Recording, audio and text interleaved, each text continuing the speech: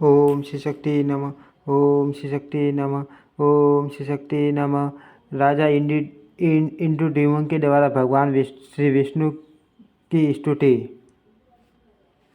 वर्मा जी कहते हैं, अश्वमेध यज्ञ के अनुष्ठान और पश्चात निर्माण का कार्य पूर्ण हो जाने पर राजा इंद्रद्युम्न के मन में दिन रात प्रतिमा के लिए चिंता रहने लगी। वे सोचने लगे, कौन सा उपाय करूं जिससे सृष्टि पालन और श्रृंगार करने वाले लोक पावन भगवान पुरुषोत्तम मुझे दर्शन हो। इसी चिंता में निमग्न रहने के कारण उन्हें न रात में नींद आती है, न दिन में वे न तो भांति के भोग भोगते और न स्नान एवं श्रृंगार ही करते। वाद्य सुगंध संगीत अंगराग इंद्रनील महानील पंज राग सोना चांदी हीरा स्फटिक आदि मनिया राग और अर्थ काम वन्य पदार्थ अथवा दिव्य वस्तुओं से भी उनके मन को संतोष नहीं होता था। पत्थर मिट्टी और लकड़ी में से इस पृथ्वी पर सर्वोत्तम वस्तु कौन है? किससे भगवान विष्णु की प्रतिमा का निर्माण ठीक हो सकता है? इस प्रकार की चिंता में पड़े पड़े उन्होंने पांच रात्र की विधि से भगवान पुरुषोत्तम का पूजन किया और अंत में इस प्रकार स्तवन आरंभ किया। वासुदेव, आपको नमस्कार है, आप मोक्ष के कारण हैं, आपको मेरा नमस्कार है। संपूर्ण लोकों के स्वामी परमेश्वर, आप इस जन्म मृत्यु रूपी संसार सागर से मेरा उद्धार कीजिए। पुरुषोत्तम, आपका स्वरूप निर्मल आकाश के समान है, आपको नमस्कार है। सबको अपनी ओर खींचने वाले संकर्षण, आपको प्रणाम है। धरणीधर, आप मेरी रक्षा कीजिए। हेमगर्भ चाल ग्राम शिला की से अभाव वाले प्रभु, आपको नमस्कार है। मकर ध्वज, आपको प्रणाम है।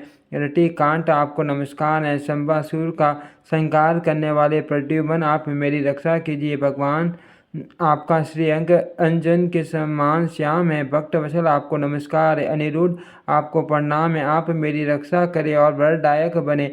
संपूर्ण देवताओं के निवास स्थान, आपको नमस्कार है। देव प्रिय, आपको प्रणाम है। नारायण, आपको प्रणाम है।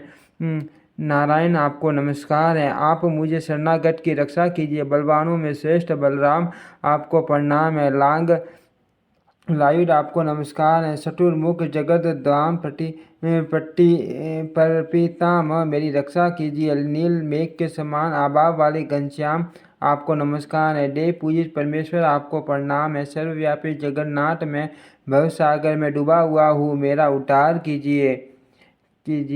प्रलय अग्नि के समान तेजस्वी तथा दगते हुए नेत्रों वाले माँ पराक्रमी दैत्य शत्रु नरसिंह, आपको नमस्कार है, आप मेरी रक्षा कीजिए। पूर्व काल में माँ 12 रूप धारण कर आपने जिस प्रकार इस पृथ्वी का रसातल से उद्धार किया था, उसी प्रकार मेरा भी दुख के समुद्र से उद्धार कीजिए। कृष्ण, आपके इन वरदायक स्वरूपों का मैंने स्तवन किया है। ये बलदेव आदि जो प्रत्यक्ष रूप से स्थित दिखाई देते हैं, आपके ही अंग हैं। देवेश, प्रभु, अच्युत, गरुड़ आदि पार्षद आयुधों सहित दिक्पाल तथा केशव आदि जो आपके अन्य भेद मनुष्यों द्वारा बतलाए गए हैं, उन सब का मैंने पूजन किया है। प्रसन्न तथा विशाल नेत्रों वाले जगन्नाथ देवेश्वर पूर्वक सब रूपों के साथ मैंने आपका स्तवन और वंदन किया है। आप मुझे धर्म अर्थ काम एवं मोक्ष देने वाले वर प्रदान करें। हरे संकर्षण आदि जो आपके भेद बताए गए हैं, वे सब आपकी पूजा के लिए ही प्रकट हुए हैं, अर्थ वे आपके ही आश्रित हैं। देवेश, वस्तुत आप में कोई भेद नहीं है। आपके जो अनेक प्रकार के रूप बताए जाते हैं, वे सब उपसा से ही कहे गए हैं। आप तो अवदैत हैं, फिर कोई भी मनुष्य आपको दवैदत्त रूप से कैसे कह सकता है? हरे, आप एकमात्र व्यापक शीतस्व भाव तथा निरंजन है। आपको जो परम स्वरूप है, वह भाव और अभाव से रहित, निर्लिप्त, निर्गुण, श्रेष्ठ, कुटस्थ, असल, ध्रुव, समस्त उपाधियों से निर्मुक्त और सत्य मात्र से रूप से स्थित है। पर वो उसे देवता भी नहीं जानते, फिर मैं ही कैसे उसे जान सकता हूँ? इसके सिवा आपका जो अपर स्वरूप है, वह पीताम्बरधारी और 4 भुजाओं वाला है। उसके हाथों में चरक चक्र और गदा सुशोभित है। वह मुकुट और अंगद धारण करता है। उसका वक्ष स्थल सीने से युक्त है तथा वह वन माला से विभूषित रहता है। उसी की देवता तथा आपके अन्य शरणागत भक्त पूजा करते हैं। दे आप सब देवताओं में श्रेष्ठ एवं भक्तों को अभय देने वाले कमल नयन में विषयों के समुद्र में डूबा जा डूबा हूँ। आप मेरी मेरी मेरी रक्षा कीजिए लोकेश। मैं आपके सिवा और किसी को नहीं देखता। जिसकी शरण में जाऊँ कमलाकांत मधुसूदन मुझ पर प्रसन्न होइए। मैं बुढ़ापे और सैकड़ों व्याधियों से युक्त हो, पार्टी के दुखों से पीड़ित हूँ तथा अपने कर्म पाश में बंद कर हर्ष शोक में मगन हो, विवेक शून्य हो गया हो, अत्यंत भयंकर घोर संसार समुद्र में गिरा हुआ हूँ। यह विषय रूप जल राशि के कारण दुष्ट है, इसमें राग द्वेष रूप मत से भरे पड़े हैं। इंद्रिय रूपी भवरों से यह बहुत गहरा प्रतीत होता है। इसमें तृष्णा और शोक रूपी लहरें व्याप्त हैं। यहाँ न कोई आश्रय है न कोई अवलंबन।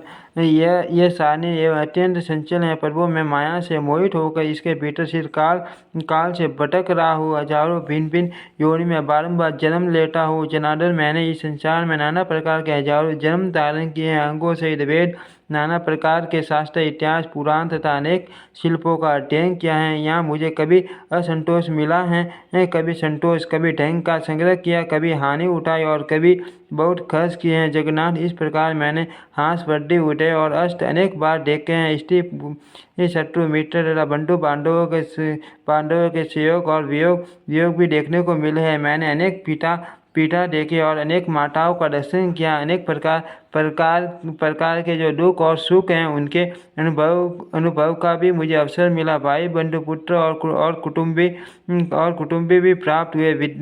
विष्ठा और मूत्र की कीस से भरे हुए स्त्रियों के गर्भाशय में मैंने निवास किया। प्रभु गर्भवास में जो मान दुख होता है उसका भी मैंने अनुभव किया। बाल्यावस्था, युवावस्था और वृद्धावस्था जो अनेक प्रकार के दुख होते हैं उनसे भी मैं वंचित नहीं रहा। मृत्यु के समय यमलोक के मार्ग में तथा यमराज के घर में जो दुख प्राप्त होते हैं उनको तथा नरकों में होने वाली यातनाओं को भी मैंने भोगा।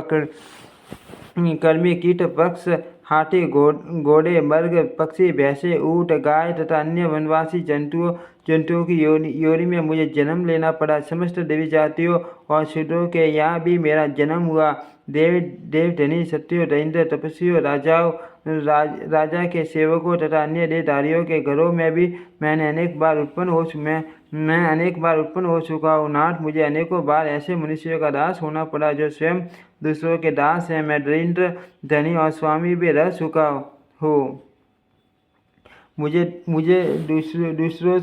मुझे दूसरों ने मारा और मेरे हाथ से दूसरे मारे गए। मुझे दूसरों ने मरवाया और मैंने भी दूसरों की हत्या करवाई। मुझे दूसरों ने और मैंने दूसरों को अनेक बार दान दिए। जनार्दन पिता माता सूर्य भाई और पत्नी के लिए मैंने लज्जा छोड़कर धनियों और छोटियों दरिद्रों और तपस्वियों के सामने दीनता से भरी बातें की हैं। प्रभु देवता पशु पक्षी मनुष्य तथा अन्य स्थावन जगम भूतों में ऐसा कोई स्थान नहीं जहाँ मेरा जाना न हुआ हो। जगत पते कभी नरक में और कभी स्वर्ग में मेरा निवास रहा है। कभी मनुष्य लोक में और कभी ये तीर्घ योनि में जन्म लेना पड़ा है। जैसे रथ में रस्सी से बंधी हुई घंटी कभी ऊपर जाती है, कभी नीचे आती है और कभी बीच में ठहरी रहती है, उसी प्रकार मैं कर्म रूपी रज्जु में बंध कर दैवी योग से ऊपर नीचे तथा मध्यवर्ती लोक में भटकता रहता हूँ। इस प्रकार ये संसार चक्र बड़ा ही भयानक एवं रोमांचकारी है। मैं इसमें दीर्घ काल से घूम रहा हूँ किंतु कभी इसका अंत नहीं दिखाई देता। समझ में नहीं आता अब क्या करूँ। हरे हमारी संपूर्ण इंद्रियां व्याकुल हो गई है। मैं शोक और तृष्णा से आक्रांत होकर अब कहाँ जाऊँ। मेरी चेतना लुप्त हो रही है। देव इस समय व्याकुल होकर मैं आपकी इस शरण में आया हूँ। कृष्णा मैं संसार समुद्र में डूब कर दुख भोगता हूँ। मुझे बचाइए जगन्नाथ। यदि आप मुझे अपना भक्त मानते हैं तो मुझ पर कृपा कीजिए। आपके सिवा दूसरा कोई ऐसा बंधु नहीं है जो मेरी चिंता करेगा। देव प्रभु आप जैसे स्वामी शरण में आकर आप मुझे जीवन मरण अथवा योग सेम के लिए कहीं भी भय नहीं होता। देव जो नराधम आपकी विधि पूर्वक पूजा नहीं करते उनकी इस संसार बंधन से मुक्ति एवं सद्गति कैसे हो सकती है? जगतधार भगवान केशव में जिनकी भक्ति नहीं होती, उनके कुल, शील, विद्या और जीवन से क्या लाभ? जो आसुरी प्रकृति का आश्रय ले विवेक शून्य हो आपकी निंदा करते हैं, वे बारंबार जन्म लेकर घोर नरक में पड़ते हैं तथा उस नरक समुद्र से उनका कभी उद्धार नहीं होता। देव, जो दुराचारी नीच पुरुष आप पर दोषारोपण करते हैं, वे कभी नरक से छुटकारा नहीं पाते। हरे अपने कर्मों में बंधे रहने के कारण मेरा जहाँ कहीं भी जन्म हो, वहाँ सर्वदा आप में मेरी ढूंढ भक्ति बनी रहे। देव, आपकी आराधना करके देवता, दैत्य, मनुष्य तथा अन्य संयमी पुरुषों ने परम सिद्धि प्राप्त की है। फिर कौन आपकी पूजा न करेगा? भगवान ब्रह्मा आदि देवता भी आपकी स्तुति करने में समर्थ नहीं, फिर मानव बुद्धि लेकर मैं आपकी स्तुति कैसे कर सकता हूँ? क्योंकि आप प्रकृति से परे परमेश्वर हैं। प्रभु, मैंने अज्ञान के भाव से आपकी स्तुति की है। यदि आपकी मुझ पर दया हो तो मेरे इस अपराध को क्षमा करें। हरे, साधु पुरुष अपराधी पर भी क्षमा भाव ही रखते हैं। अर्थ, देवेश्वर, आप भक्त स्नेह के वशीभूत होकर मुझ पर प्रसन्न हुए। देव, मैंने भक्ति भाव से शीश से आपकी जो स्तुति की है वह सांगोपांग सफल है। ओ वासुदेव, आपको नमस्कार है। ब्रह्मा जी कहते हैं, राजा इंद्रद्युम्न के इस प्रकार स्तुति करने पर भगवान गरुड़ ध्वज ने प्रसन्न होकर उनका सब मनोरथ पूर्ण किया। जो मनुष्य भगवान जगन्नाथ का पूजन करके प्रतिदिन इस स्रोत से उनका स्तवन करता है, वह बुद्धिमान निश्चय ही मोक्ष प्राप्त कर लेता है। जो विद्वान पुरुष तीनों संध्याओं के समय पवित्र हो इस श्रेष्ठ स्रोत का जप करता है, वह धर्म, अर्थ, काम और मोक्ष पाता है। जो एकाग्रसित हो इसका पाठ या श्रवण करता है अथवा दूसरों को सुनाता है, वह पाप रहित हो भगवान विष्णु के सनातन धाम में जाता है। यह स्रोत परम प्रसन्नीय, पापों को दूर करने वाला, भोग एवं मोक्ष देने वाला, कल्याण में गोपनीय, अत्यंत दुर्लभ तथा पवित्र है। इसे जिस किसी मनुष्य को नहीं देना चाहिए। नास्तिक, मूर्ख, कृतज्ञ, मानी, दुष्ट बुद्धि तथा अभक्त मनुष्य को कभी इसका उपदेश न दे। जिसके हृदय में भक्ति हो, जो गुणवान, शीलवान, विष्णु भक्त, शांत तथा श्रद्धापूर्वक अनुष्ठान करने वाला हो, उसी को इसका उपदेश देना चाहिए। जो निर्मल हृदय वाले मनुष्य उन परम सूक्ष्म नित्य पुराण पुरुष मुरारी से विष्णु भगवान को ध्यान करते हैं, वे मुक्ति के भागी हो भगवान विष्णु में प्रवेश कर जाते हैं। ठीक उसी तरह जैसे मंत्र द्वारा यज्ञ अग्नि में हवन किया हुआ हविष्य भगवान विष्णु को प्राप्त होता है। एकमात्र वे देव भगवान विष्णु ही संसार के दुखों का नाश करने वाले तथा परों से भी पर हैं। उनसे भी भिन्न किसी भी वस्तु की सत्ता नहीं है। वे सबकी सृष्टि, पालन और संहार करने वाले हैं। वे समस्त संसार में सारभूत हैं। मोक्ष, दुख, सुख देने वाले जगत गुरु भगवान श्री कृष्ण में यहाँ जिनकी भक्ति नहीं होती, उन्हें विद्या से, अपने गुणों से तथा यज्ञ, दान और कठोर तपस्या से क्या लाभ हुआ? जिस पुरुष की भगवान पुरुषोत्तम के प्रति भक्ति है, वही संसार में धन्य, पवित्र और विद्वान है। वही यज्ञ, तपस्या और गुणों के कारण श्रेष्ठ तथा वही ज्ञानी, दानी और सत्यवादी हैं। ओम श्री शक्ति नमः। ओम श्री शक्ति नमः। ओम श्री शक्ति।